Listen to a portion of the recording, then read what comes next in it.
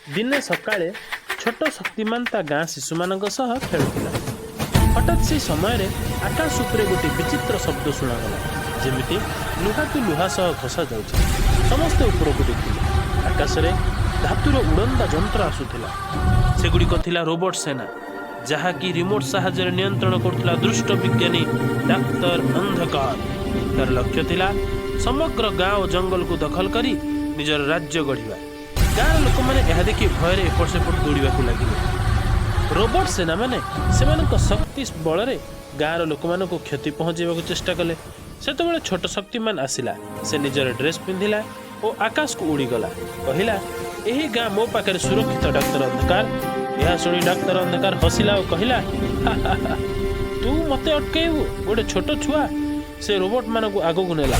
छोट शक्तिमान आकाश को उड़ी जाए ता आलोक शक्ति साहाय्य रोबोट मान को ध्वंस करदेला। किछि रोबोट ध्वंस हो गले, किछि भांगीगले, पुणी किछि रोबोट आसिले।